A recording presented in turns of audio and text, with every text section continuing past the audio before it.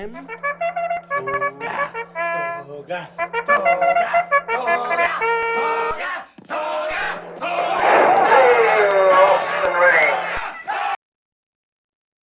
Hello, welcome to Billy Ho Sports. This is going to be a betting strategy show for the two stakes races at Saratoga this weekend, the Vanderbilt Sprint and the Jim Dandy. Saratoga, the Spa. Also, be on the lookout for the Bing Crosby and San Diego handicap at Del Mar. That video is coming soon, and I'll also have a little bonus coverage on the Monmouth Oaks coming sometime soon. But I wanted to get this one knocked out today because I got the past performances, went over everything, and narrowed the field down as much as any normal person could, maybe trying to find a couple of little angles on these two smaller field races to help us out. So the only thing I ask is please subscribe to the channel if you haven't already done so. Smash that like button, enjoy the show, leave a comment, and let's get started. And we will start with the 8th race, which is the Vanderbilt handicap. And it is $350,000 purse, 6 furlong race. And we are going to start with the post position number 1, Gannett. Gannett trained by Linda Rice, ridden by Jose Ortiz, son of Tappet. I believe if you watched my previous video on the preview, won a pretty solid performance here in this optional claiming race. And took the lead by a head down the stretch and finished strong, edged away, which is pretty good, 95 speed rating, but it's a lower class race. Moving up in class, the poor graded stakes trainer record, 11% for Linda. Not what I'm looking for, although she does have a really nice win percentage overall, and your jockey trainer combo is pretty solid as well.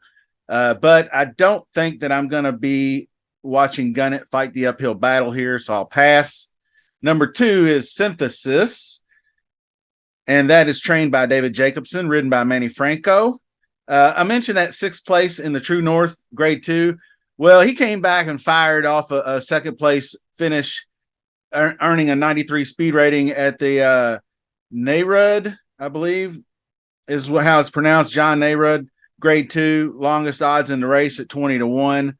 Back-to-back races as a long shot, but that ran a big one, and I typically don't like horses that run off of a big effort at long odds to try to do it again.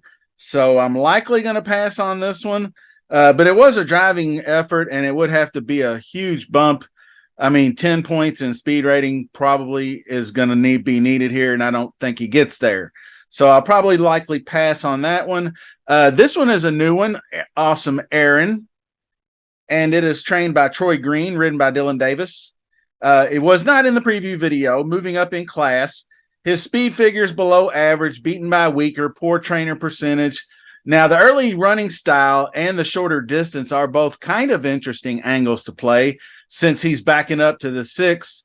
Let me confirm that. I know it's 6. I knew it was 6 furlongs.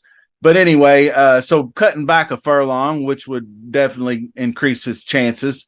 And but like I said, optional claimers, 80K. N2X is okay, but not much no stakes experience as a matter of fact on his resume. So I'm probably going to pass as well. If you ever look at the prime power, that's usually like a kind of a ranking system, and he ranks 7 out of 7. So I don't always trust that number, but sometimes it is a telltale sign of the horse's chances in the race. Now, Elite Power obviously is going to be the favorite in this race and probably the one to beat. Has been off for 49 days, but that's not a big deal. Got Irad in the saddle once again for that win at the True North. So I think Irad will have this horse ready to go. 25% trainer in Bill Mott. What can you say? The one to beat, right? So it's probably going to be my winner if I single up top. Several triple-digit speed figures, but he's not the only one that puts up triple digits in this race. So we'll get to some more here in a second. But I think he is definitely among the top contenders, the top contender, most likely. Gannett, Steve Asmussen, and Tyler Gaffleone. arriving. And the Aristides is the race I showed you last time. He took that stalking style, but normally his MO is being up pressing the leader. He's more of a presser, and he had and T-Gaff has been in the saddle for all of these. That was the first off the layoff from the Dubai trip where he made a good showing for himself. So I think ran second to Elite Power in that previous February 23rd or February 25th, excuse me. So I like this horse, solid horse. If he can bring the effort from last fall when he ran this BC Dirt Mile that I was interested in from my previous video, and you can see the plus 15 first call, which is a fast pace. So if they get that kind of fast pace, maybe he can hang. Or if the pace isn't that fast, I should probably say that, because he seems to be doing his better running when you get the -3 and a -6, where it's just kind of like an average fair pace. For the most part, he does his winning there. So maybe a hot contested pace is not what Gannett needs, being a front running presser. So I will retract that statement. But if the race does go in an honest pace, but not super fast, I put him right up there. So he's definitely in the exacta wager. Dean Delivers. Let's see. He's post position number 6 and is trained by Michael Yates, ridden by Jaramillo, the jockey. I think it's Emisiel Jaramillo, probably.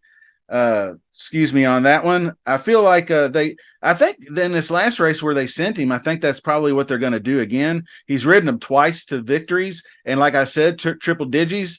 And that sprint, smile sprint, grade 3 at Gulfstream, solid effort. So his best dirt is close to the average winning speed here. So I would not dismiss Dean Delivers.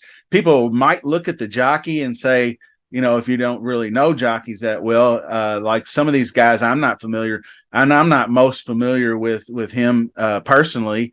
And I get to know him. I'll go look him up and see what he's got and see kind of what he's as I do maybe a little bit deeper dive. But Dean Delivers I like in the mix. So good shot at hitting the board. Number 7, Little Vic, is Juan Avila and Carlos Olivero aboard. Poor speed figures these last 2 starts, not very good at all, Bob. But it was the grade 1 Carter and the grade 2 Nerude. So longer distance, cutting back, I think we'll do Little Vic some good. Does have some hundreds in the day.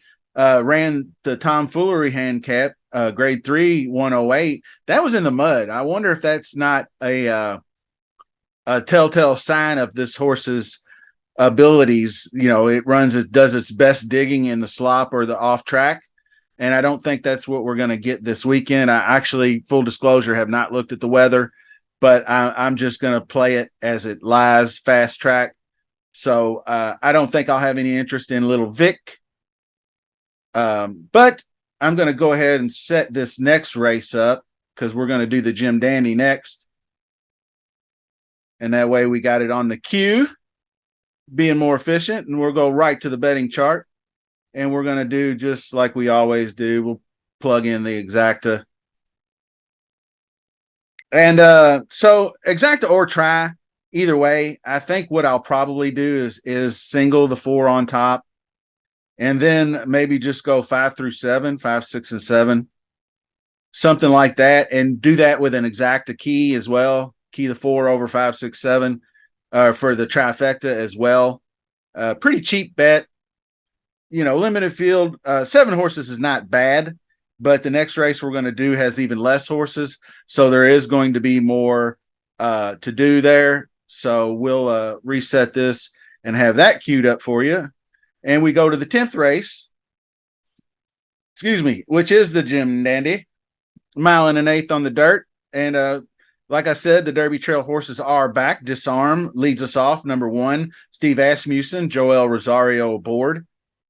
And let's see, Son of Gunrunner, which I always love.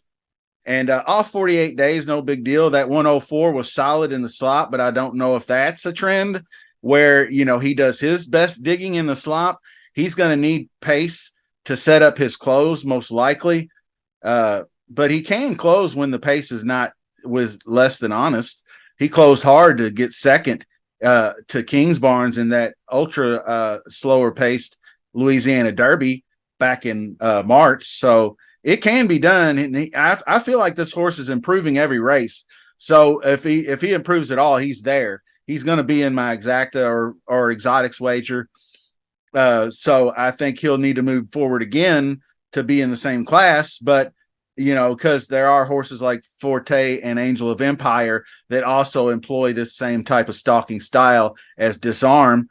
So, and he may close from deeper like he did in the Derby, but he typically stays within, 3 to 5 lengths, or in that second flight of horses. So we'll see. And up next is your betting favorite, Forte, adding blinkers, like I mentioned in the previous video. We wonder how that'll go. Tide Pletcher's trained. Irad Ortiz aboard. Irad is the leading jockey at Saratoga right now, so he is the man. And he's got the most starts. I think 77 starts, but he's got some kind of ungodly win percentage. It's really great, 30%. There it is, 71 mounts, 21, 21, and 8. So if you don't have him like in your box, I mean, look at all these hundreds. He got a 109 for that Belmont where he really didn't do his best run until the last couple of panels. So I think hopefully the blinkers will get him dialed in a little sooner and maybe more focused, and maybe he doesn't go so wide. Definitely the one to beat. Should be in a stalking position and ready to pounce. So number 3 hit show is Brad Cox, one of his horses in this race. And we got Luis Saez aboard over Manny Franco. I like that. I think that's an upgraded jockey because, like I said, Irad Ortiz is the leading jockey, but Luis Saez is next right behind him. And I believe before this came out, I believe he's up to 11 wins now in like 60 starts or something like that. But these numbers are a little bit better than 16. Excuse me. So I like to switch to Saez, better success at Saratoga. I already liked him, and I think this 108. I don't know if that's an inflated speed, because they all seem to like they got inflated speed figures for that second call being plus. You see, I went -12 and then plus 17. That means that second call they really picked up the pace. So I think everybody's speed figures from that race were probably a hair bit inflated. But if he settles in at about a 102, 105, somewhere in that range in this race, he's there. So I'm digging him. He'll be in the exacta. This is another new one. And actually, I do have some interest in Saudi Crown. The 4 horses, another Brad Cox horse. He'll be ridden by Florent Giraud, and ran a huge race in this Dwyer Grade 3. And I think I have that on tape. So I wanted to show you how well he ran. But I mentioned the first call, second call, the plus 15 or 14 or 15 plus is generally where the pace begins to become hot. A plus 10 is still an honest pace, but we got plus 22. They were flying in this race. They ran a 22 opening quarter, 44 half, and a 108 for 3/4. And it was Saudi Crown out front, rolling, coming off that allowance victory and breaking the maiden back in April. So lightly raced. So this could be nothing but improvement. This could be a super type. Either he's for real sleeper, gave Fort Bragg all he wanted. Fort Bragg's a good horse too. And he lost that race by a nose and was very, very game down the stretch. So I think the added 1/8 of a mile, I don't think it's going to be that big of a deal, because I don't think he's going to get out to that blistering of a pace. I think maybe that was, of course, Jesus or Javier Castellano, rode him in that race, but Florence Giraud is back in the mounts, and he may be able to keep him at a little bit more honest. He's still running 22:45s and 109s at 6.5. So if he can just keep it a little bit more chill, I think he's got a good shot. And then last, Angel of Empire, Brad Cox again. Flavian Pratt, I kind of misspoke a little bit when I said I was impressed with him in the Belmont and whatnot, but I think it was more like I wasn't as impressed, the fourth place finish in the Belmont. I felt he should have done better than that. So anyway, I didn't come away impressed, like I said, with the effort in the Belmont, and he closed too late in the Derby. So you have to go back to the Arkansas and the Risen Star where he did his best work.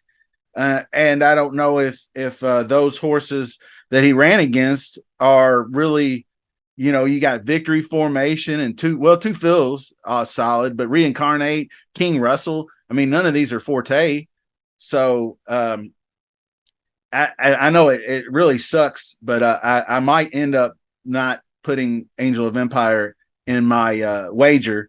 With only 5 horses, you have to take a stand, in my opinion. So we'll just say trifecta for this one. And what you can do is I'm going to single the 2 on top. And then underneath that, I think the 1 horse, I believe the 3 and the 4. And I want to say what were Saudi Crown. Sorry about that. I thought that maybe. Yeah, post position 4, Saudi Crown. Okay, I was right.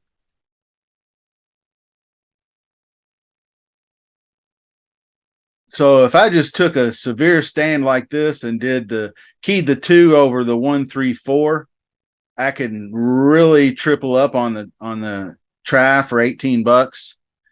Something like that. I know leaving Angel of Empire out might be risky, but it also might boost, because I think Angel of Empire, I want to say, is going to be the second choice or third choice at worst. I believe everybody's going to be on him definitely over Saudi Crown, but definitely over Hit Show, Forte is, and definitely over Disarm. So if I can leave out Angel of Empire and maybe keep him off the board, that could possibly be a profitable little trifecta. So that's going to do it for these 2. Be on the lookout for more to come this week. But best of luck this weekend if you're betting. And till then, see you soon. Thanks for watching. Don't forget to subscribe to the channel. Race for 1,000 subscribers. Thanks again.